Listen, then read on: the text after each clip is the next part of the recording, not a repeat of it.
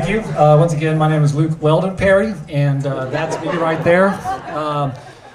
I am a designer and find my inspiration in the global citizen and how people live their lives, and I've been always continuing searching to the role as a designer to help bring and harness the capacities of people.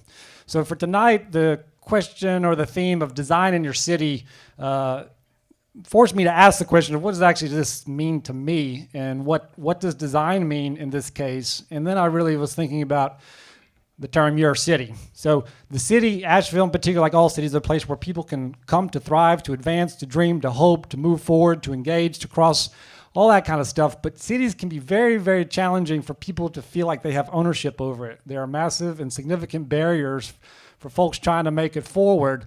And many of them exist in the built environment that tend to separate us more than sort of bring us together.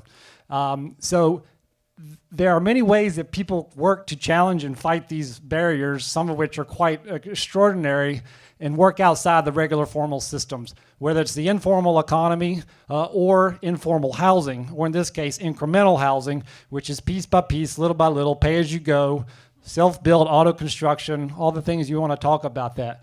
And that is how the average person lives in the world. It can be and produce extraordinary things if the house works for people. It can create income. You can run stores on the bottom. It can grow and advance slowly when people have the money and the ability without getting into debt. And it can create extraordinary results and a future for parents to provide better for their children, which is what everybody wants. In the densest places like Cairo, Egypt, this is the formal government public housing. The color is what people want and aspire to, even a gabled roof, okay? So the red is the infill on a lot of these things, but there's frames that people attach onto and plug into. So what do we do as designers and try to find and look? I think there's a lot we can draw on for how people live, activate, and seek to stake a claim in the city and the space that is so hard to come by.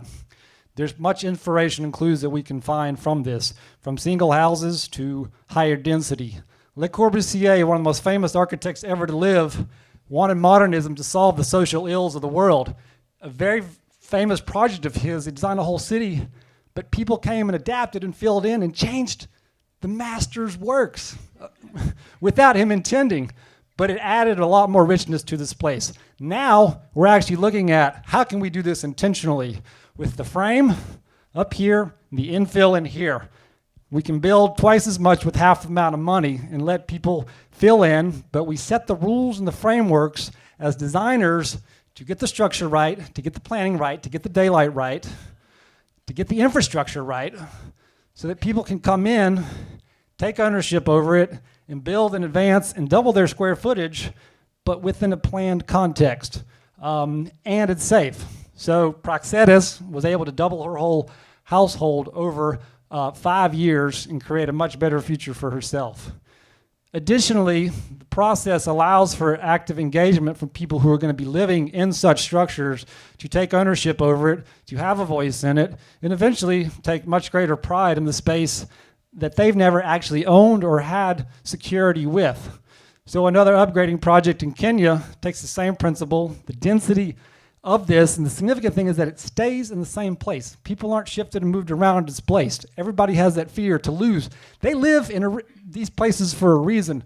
Here they're going up. They set the stairs up and let them run outside so they can continue to build up without disrupting the lives of the people living in the house. It's genius. So is this. Bring it back home, Western North Carolina. The mobile home is the frame and people infill on it like crazy, okay? This guy told me he owns both of these single wides with no debt. Slid them together, put a whole new roof on it, and he's got a much bigger space, and he paid cash for it. Even bringing it home, making it more personal. For me, as a young person trying to stay and exist in this city with increasing land costs, I recently bought a house. This is my frame. It's 500 square feet, but I want it to grow. I might have a family someday, so how can I exist in that? A few design moves. I'm going to put a big roof over it. First part will just be an outdoor room in 500 square feet, but it can easily, very easily receive an addition in the future, much as many of your houses have probably been added onto, porches enclosed in, garages transformed, things like that. It exists everywhere. Take it down to a lower scale, a bus shelter we're working on here in town. If the structure can be designed out, can meet the building code, can be safe, structural safe, all that kind of stuff, and yet the infills can do a lot more. We can deliver it for more affordable, make it more beautiful, and the pieces inside of it can be adjustable and contextual to different neighborhoods and things like that. Beyond our physical structures, though, we've got to engage and bring people deeper into the processes and the spaces they're here to transform and take ownership of it. Can we take it out of the rooms and the buildings into the spaces where people are? The idea of a bus that can transport opportunities to people. Even beyond that, can the design process continue on into the building process as well to produce spaces and structures that do a lot more than look pretty and have green roofs on and hempcrete and all that kind of stuff? Can they teach and train and educate and develop and foster capacity beyond the typical public engagement requirements that we have to have with so many projects?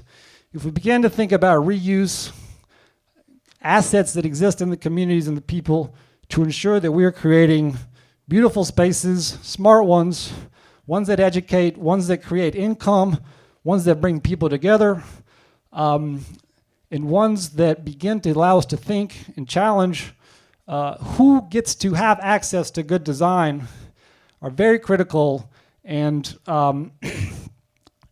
begin to allow us to ask more questions deeply about what does design in your city mean, in a way that we can think of a much more active way to where design becomes a verb of designing and making it our city, one that we have ownership and have to take active participation and ownership over.